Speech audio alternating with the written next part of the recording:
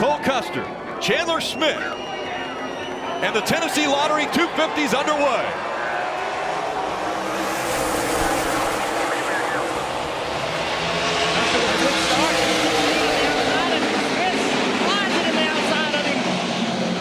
Chandler Smith, we got a spin. We got a spin back here. Multiple cars hard into the wall. Allgaier involved in it as well. Ryan Sieg in the 39, we saw him sideways. We talked about it. This racetrack is slick. Nobody knows how much grip it's got. The first time cars side by side, we saw incidents in qualifying, and now that they're racing, it even is that much slicker. But we saw so much more grip and comfort in these cars yesterday than today. We'll see how this develops down into turn one. It's like Kyle Sieg gets up into the car on the outside, loses control. Everybody just trying to avoid. There you go, see 3 wide. A little bit of movement on that middle car of Sieg, then up into 27, and just all this is reactionary to that. Green and Pocono.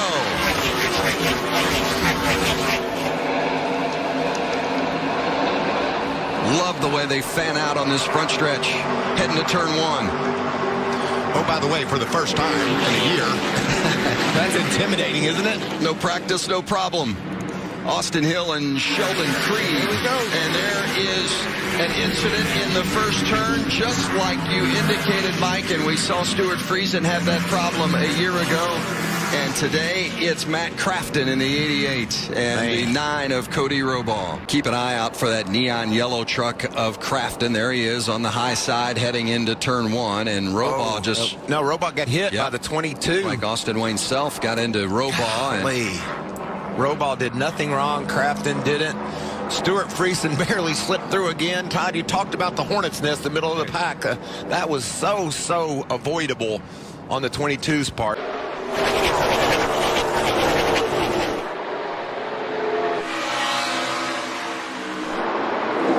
Trouble back straight away. Around goes the 47 on the very first lap. Ricky Stenhouse with front end damage. I mean, we saw cars really wide through 1 and 2, some even down on the apron. I mean, the unknowns of what these drivers were going into turns 1 and 2, Mike, I can't even describe what that must have been like. Pretty wide Kyle Busch on the outside, all the way down on the apron. Double zero gets some contact from John Hunter Nemechek. You can see Reddick still on the bottom. Oh, Stenhouse almost 4 wide at the very bottom, makes contact, sends him directly into that inside wall and then into that safer barrier. And in that initial skirmish, one of those cars involved was Quinn Houff, who has never turned a lap here. And a straightforward start. Our pole man gets out there, but look at Brian Scott in the 2. Already have trouble down in turn 1. 3, 4, 5 cars. Oh boy. David Starr negotiates his way through pretty effectively there. It's really tough from the driver's seat, especially on the start here. Dale, you know this, that you go down in turn 1, it's hard to pick a braking spot, so we'll see what happens. All right, let's take a look from another angle, see if we can decipher what happened here. You certainly have to think that there might have been, well, I was going to say contact, but that doesn't look like contact. That's pretty late to start. It's so tough, guys. That car, the 66 car, was already turned all the way around, basically, so. Yeah, a little bit. Maybe there was some there. David Starr getting into Benny Gordon. Yeah. I didn't see the initial contact. We might want to look at it one more time. Knocking somebody off the track there. Coming up to 11 in this tight hairpin turn, and then the long. We got 8. one. Yeah, that's Austin Wayne Self in the 22. Boy, that's a tough break. He is from Austin, Texas, and that is some pretty significant damage to the 22. Taylor Gray was involved in that as well. Wow, something went wrong there. There was way too much rotation. Big time. The 19 of Brandon Jones hadn't even told the story that hours ago, just over an hour ago, he got his first career win in Gander Trucks at Pocono, and now this. What a rough start. Second year in a row they've had an early exit. His luck at this track has been absolutely terrible, and we'll have to see what happened here for him. But, man, that joy of that win is instantly wiped away right here.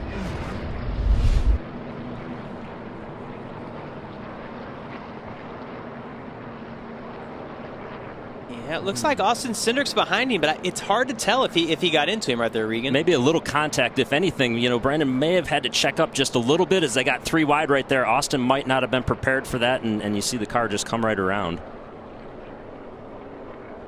Yeah, you might be right. It looks like the 19 might have checked up a little bit so he didn't get into the car on his outside. And the way these bumpers line up, a little bit of contact picks it up, and that's a sketchy part of the track already. You know, oddly enough, I was getting ready to mention right there that, man, these guys did a nice job down the front stretch of getting 2 wide. Drivers are fighting tooth and nail for those early positions. Huge dive bomb. Noah Gragson up 2 spots on the first lap. Kyle Larson up 3. That was Allmendinger. Really dove it in. Uh-oh. Keselowski. Caution.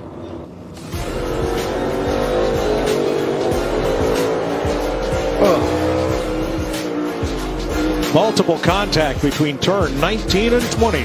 Puts us under caution after lap 1. Trouble already. Cars in the wall. Danica Patrick, David Ruderman, and more down on the grass. And Kyle Busch. Yeah, it looked like Danica was basically in the middle of the racetrack. You see, going into turn 1. And just made a kind of an erratic move, and the car just jumped out from under. Well, very similar to what happened to Kyle Busch on the first lap of practice yesterday morning, although he was able to just maybe hit the side more than the front. But the car just got loose as she tried to turn down in the corner. Still lined up outside. 3 wide middle. Still 3 middle.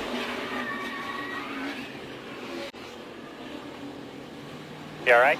Matt Kenseth and Carl Edwards, 3 Fords. Hurdle already. The wall. Slams to the outside. It's 5-time champion Jimmy Johnson. He collects Danica Patrick and the 34 of David Reagan. Trevor Bayne, the 21 car, winner from last year. You see him involved? Kurt Busch is involved. I'm a little worried about Jimmy. He took a hard lick right in the door. And there's the HenryCar.com Chevrolet of Kurt Busch. Keep an eye on Jimmy Johnson. He's right tucked up underneath the 78 of Regan Smith.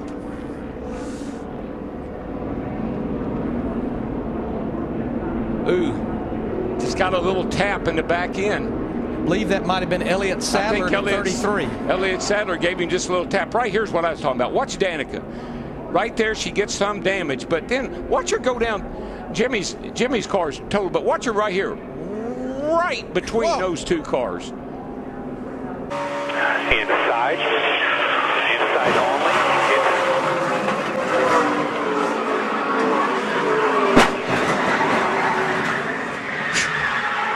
Let's see if Sauter can get it done. We're racing at Daytona. And we've got contact already. Didn't even get to the start-finish line before some vehicles got tangled up, including, oh, what a heartbreaker for the 44. They had so much expectation tonight. James Busher, this is how it happened. All the way in the back. Yeah, there's that Tanner Gray in the 15. You can see he didn't go. Where's that? Derek Kraus, the 19. Those 2 cars matched up pretty good. Good push. It's going to get out to the lead.